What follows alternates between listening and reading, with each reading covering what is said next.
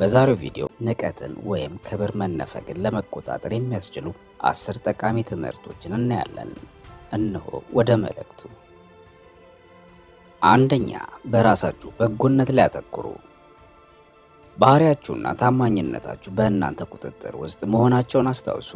ከሌሎች ማረጋገጫ ከመፈለግ ይልቅ በራሳችሁ እሴትና በጎነት መሰረት ለመኖር ቅድሚያ ስጡ። ድርጊቶቻችሁ ለራሳቸው ይናገሩ። ከእሴቶቻችሁ ጋር ተስማምታችሁ ኑሩ። ከሐሳቦቻችሁ ከድርጊታችሁና ከውሳኔያችሁ ጋር ለመስማማት ጥረት አድርጉ። ከሌሎች ተግዳሮቶች ወይም ንቀቶች እንኳ ቢያጋጥሟችሁ መልካም ምግባራችሁንና መርሆቻችሁን በሚያንጸባርቁ መንገዶች እርምጃን ውሰዱ። በራሳችሁ በጎነት ላይ ማተኮር ሰዎች በሚሉት ከመደገፍና ደስታን ከማግኘት ይልቅ በራሳችሁ በመተማመን እርካታን እንድታገኙ ያስችላችኋል። የውስጣዊ ነፃነት ታዲያ ወደ ከፍተኛ ራስ መተማመንና ጽናት ይመራችኋል።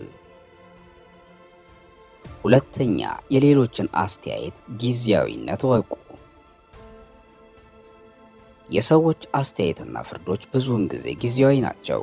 የሰዎች አመለካከቶች በራሳቸው ልምዶች፣ ስሜቶች፣ በሚያደሉት ነገርና በአንድ ሁኔታ ላይ ባላቸው ግንዛቤ ወይም እውቀት ላይ የተመሰረተ ነው። አስተያየቶች በተፈጥሯቸው ግላዊ መሆናቸውን ተረዱ። የተቀረጹበት ሂደትም በግለሰብ ምርጫዎች፣ እምነቶችና የግል ትርጓሜዎች ነው። አንድ ሰው እንደ ንቀት የተገነዘበው ነገር ለሌላው ሰው ምንም ሊሆን ይችላል። አስተያየቶች ዓለም አቀፋዊ ወይም ፍጹም እንዳልሆኑ ተገንዘቡ። የሰዎች አስተያየት በጊዜ ሂደት ሊለዋወጥ ይችላል። ዛሬ አንድ ሰው ስለ እናንተ የሚያስበው ነገር ነገ አዲስ በሆነ እውቀት፣ በግላዊ እድገት ወይም በእምነት ለውጥ ምክንያት ሌላ ሊሆን ይችላል። አስተያየቶች ተለዋዋጭ ሊሆኑ እንደሚችሉና የእናንተ ተፈጥሯዊ እሴት ነጸብራቅ እንዳልሆኑ እወቁ። ጊዜያዊ ንቀት ለራሳችሁ ያላችሁን ዋጋ እንዲገልጽ ወይም በራስ መተማመናችሁን እንዲሸረሽር አትፍቀዱ። ሶስተኛ፣ ራስን መግዛትን ተለማመዱ። ራስን መግዛትን መለማመድ ለግላዊ እድገትና ለስሜታዊ ደህንነት አስፈላጊ ነው። ክብርን በምትነፈጉ ጊዜ ስሜታዊ ቁጥጥራችሁን ከፍ በማድረግ ራሳችሁን መግዛትን አዳብሩ። ራስን ማወቅን በማዳበር ጀምሩ። ለሐሳቦቻችሁ፣ ለስሜቶቻችሁና ለግፊቶቻችሁ ወይም ነርቨስ ለሚያደርጓችሁ ነገሮች ትኩረትን ስጡ። ወደ ድንገተኛ ወይም ምላሽ ሰጪ ባህሪ የሚመሩ ሁኔታዎችን ወይም አነሳሾችን አስተውሉ። በቁጣ ወይም በንዴት እንዳትዋጡ ተጠንቀቁ። በምትናደዱ ጊዜ ለአፍታ ዝም ብላችሁ በረጅሙ ትንፋሽ ውሰዱ። ይህ ለአፍታ ዝም ማለት ወይም ከምንም አይነት እንቅስቃሴዎች መቆጠብ ለድርጊቶቻችሁ ግፊትን ከሚፈጥሩ ስሜቶችና በድርጊቶቻችሁ መካከል ርቀትን እንድትፈጥሩ ጊዜን ይሰጣችኋል። ይህም ማለት በቀላሉ ድርጊታችሁ ሊያመጣው የሚችለውን አበሳ ማስተዋል ትችላላችሁ። እናም በጥንቃቄ ምርጫ ለማድረግ እድልን ይሰጣችኋል። አራተኛ፣ በደግነትና በርህራሄ ምላሽ ስጡ። በደግነትና በስሜታዊነት ምላሽ መስጠት መናናቅን ለመቆጣጠርና አዎንታዊ ግንኙነቶችን ለማዳበር ኃይለኛ መንገድ ነው። ስቶይሲዝም አክብሮት ለጎደለው ድርጊት በደግነትና በርህራሄ ምላሽ መስጠትን ያበረታታል።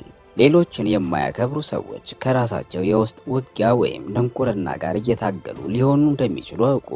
አመለካከታቸውንና ስሜታቸውን ለመረዳት ሞክሩ።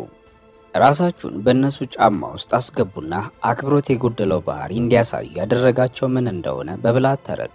ይህ ርህራሄ ያለው መረዳት በቁጣ ወይም በመከላከል ምላሽ ከመስጠት ይልቅ በርህራሄ እንዲመለሱ ያደርጋቸዋል። እንደዚሁም በንቃት አዳምጧቸው። ጆሮአችሁን ሰጥታችሁ ለሐሳቦቻቸውና ለስሜታቸው እውነተኛ ፍላጎት እንዳላችሁ አሳዩአቸው። በስሜታዊነት ወይም በንዴት ምላሽ ከመስጠት ይልቅ በእርጋታ ምላሽን ስጧቸው። ሐሳባችሁን ሰብሰብ አድርጋችሁ ትንሽ ጊዜ ውሰዱና ቃላታችሁን በጥንቃቄ ምረጡ። በማስተዋል ምላሽ መስጠት ሁኔታውን ለማርገብና ግንኙነትን ለማዳበር ያስችላል። አምስተኛ፣ ንቀትን እንደ ራስ ነጸብራቅ አትዩ። የሌሎች ንቀት የተሞላበት ባህሪ የእናንተን ዋጋ ከማንጸባረቅ ይልቅ የእነሱን ባህሪ የሚገልጽ እንደሆነ ወቁ። እያንዳንዱ ሰው የራሱ የሆነ የተለየ አመለካከት፣ እምነትና እሴት እንዳለው ተረዱ።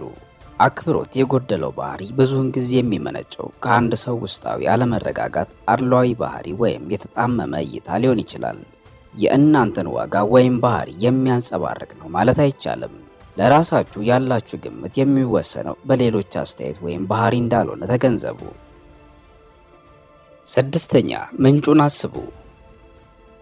ምንጩን አስቡ የሚለው ጠቃሚ መርህ ከሌሎች ንቀት ወይም አሉታዊ አስተያየቶች ሲገጥማችሁ ማስታወስ ያለባችሁ ዋና ጉዳይ ነው። የማያከብራችሁን ሰው ታማኝነትና አስፈላጊነት ገምግሙ። እውቀታቸውን፣ ልምዳቸውን እንደዚሁም ዓላማቸውን ግምት ውስጥ አስገቡ።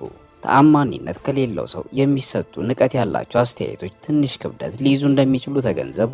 ሰውየው ተአማኒነት ወይም እውቀት ከሌለው አስተያየቱ ትንሽ ክብደት ሊሸከም ይችላል። የግለሰቡ አስተያየት በግል አድሎና ጭፍን ጥላቻ ላይ የተመሰረተ ሊሆን ይችላል። ኢፍትሐዊ ፍርዶችን ወይም አሉታዊ ባህሪን የማሳየት ታሪክም ይኖረዋል። ከአክብሮት መጓደል ጀርባ ያለውን ዓላማ ግምት ውስጥ አስገቡ። ሰውየው እናንተን ለማናደድ ምላሽን እንድትሰጡ ለማነሳሳት ወይም ኃይሉን ለማሳየት እየጣረ ይሆናል። ይህ ታዲያ ለደህንነታችሁ ጠቃሚ ነው። ስለዚህ የበለጠ ሚዛናዊና ተጨባጭ እይታን ሊሰጡ የሚችሉ የተለያዩ አመለካከቶችን ፈልጉ። ይህ ሰፋ ያለ አመለካከት ግልጽነት እንድታገኙና አክብሮት የጎደላቸውን አስተያየቶች ተጽዕኖ ለመቋቋም ይረዳቸዋል። 7ኛ መናቅን እንደ እድገት ዕድል ተጠቀሙት። ክብርን ማጣትን እንደ እድገት ዕድል መጠቀም ከፍተኛ ነገሮችን እንድትማሩና ጠቃሚ ልምዶችን እንድታዳብሩ የሚያስችል የለውጥ አስተሳሰብ ሊሆን ይችላል። ስቶይሲዝም ተግዳሮቶችን፣ ንቀትን ጨምሮ ለግል እድገትና ራስን እንደ ማሻሻያ ዕድል አድርጎ መመልከትን ያበረታታል።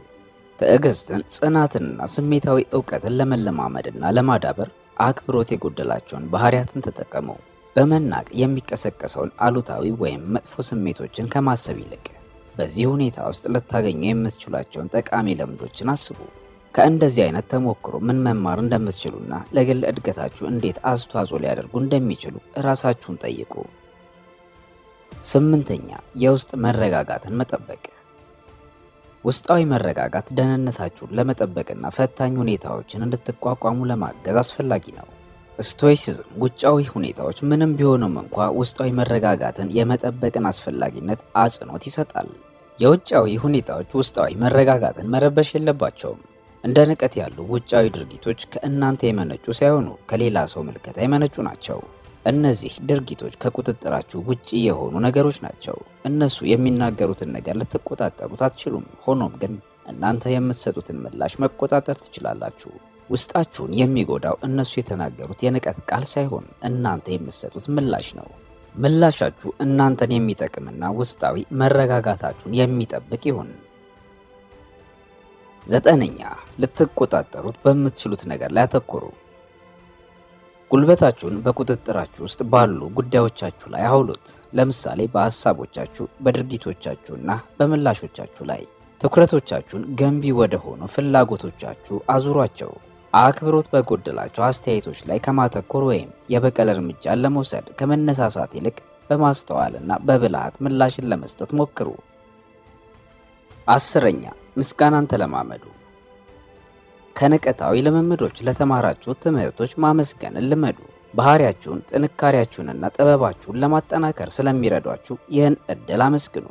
ምስጋና ትኩረታችሁን ከአሉታዊነት ወደ አዎንታዊነት ለመቀየር ይረዳልና። እነዚህን ትምህርቶች ተግባራዊ ለማድረግ ልምምድና ትዕግስትን እንደሚጠይቅ አስታውሱ። እነዚህን መርሆች ከእናንተ ልዩ ሁኔታዎችና የግል የእድገት ጉዞ ጋር ማስማማት በጣም አስፈላጊ ነው። ለዛሬ ይዤ የቀረብኩላችሁ ጠቃሚ መልእክት ይህን ይመስል ነበር። በቀጣይ በሌላ ቪዲዮ እስክንገናኝ ድረስ በያላችሁበት ሰላማችሁ ይብዛ። በቸር ሰንብቱልኝ።